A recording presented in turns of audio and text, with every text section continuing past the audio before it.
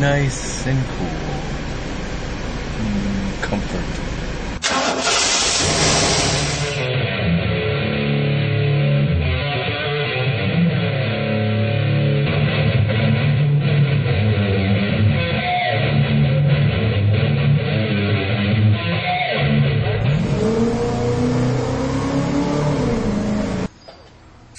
Hello and welcome to another episode of Eric the Car Guy.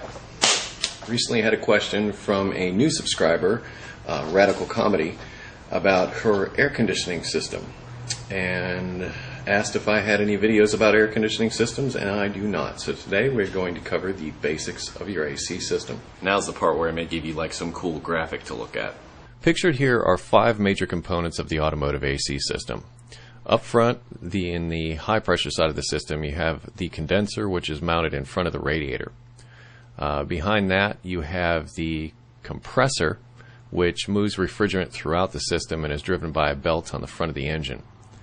Behind that, you have the evaporator, which is inside the passenger compartment, which is the low pressure side of the system. It's basically where you get your cold from.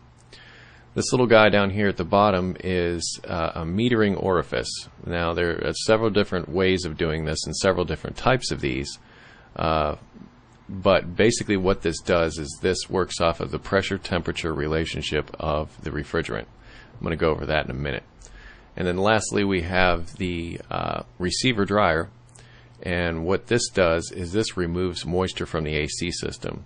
Moisture inside the AC system will compromise its efficiency. It really won't work as good if there's a lot of moisture in there. So they put this little guy in here to take the moisture out.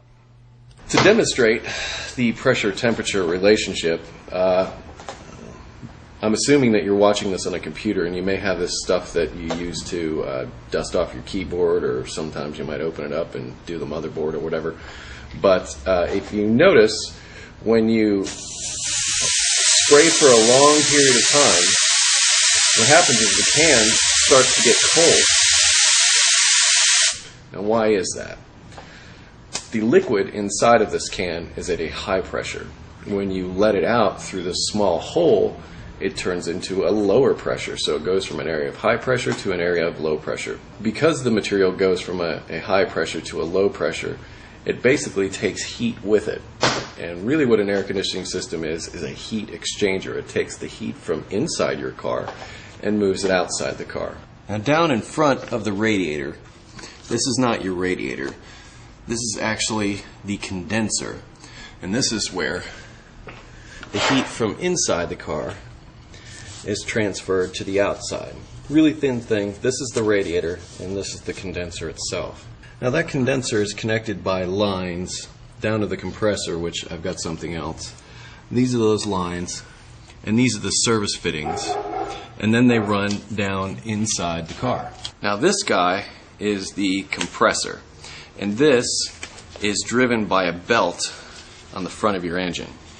Now, normally, this thing can just freewheel and spin, but when you press the button to activate the air conditioner, there's an electromagnetic clutch that activates and causes this whole thing to spin as a unit. That's that clicking noise you hear underneath the hood as this is running. And this turns the pistons inside this assembly itself, and refrigerant is taken in and pumped out. This guy here is the evaporator. And this is what lives inside your dash. This is basically the cold side. And what you'll notice here is something called an expansion valve. This expansion valve is basically that small hole on the spray air, remember? That and this are virtually the same thing. But this works like a throttle, and it opens and closes the size of that hole depending upon refrigerant demand. And they also don't want this whole thing to turn into a giant block of ice. Alright, now we've gone over the major components of the AC system. Briefly covered how it works. Basically, I've done this just to give you an overview of the parts and what their function is. Servicing an AC system yourself is something I don't recommend. And I don't recommend this for a number of reasons. Not only does the average person not possess the proper equipment to do so, but whenever you remove major components from an AC system, you need to replace a given amount of oil into that system. The system has its own lubricant that goes throughout the entire circuit, and if there isn't a proper amount there, it could cause a problem, either being too much or too little.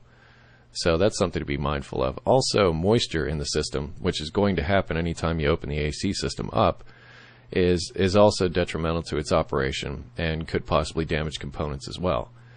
So if you're not a trained professional, I don't recommend doing anything with your AC system on your own. I do recommend taking it to a professional and having it done. I hope this information was helpful to you. I do like the questions that I've been getting lately from you.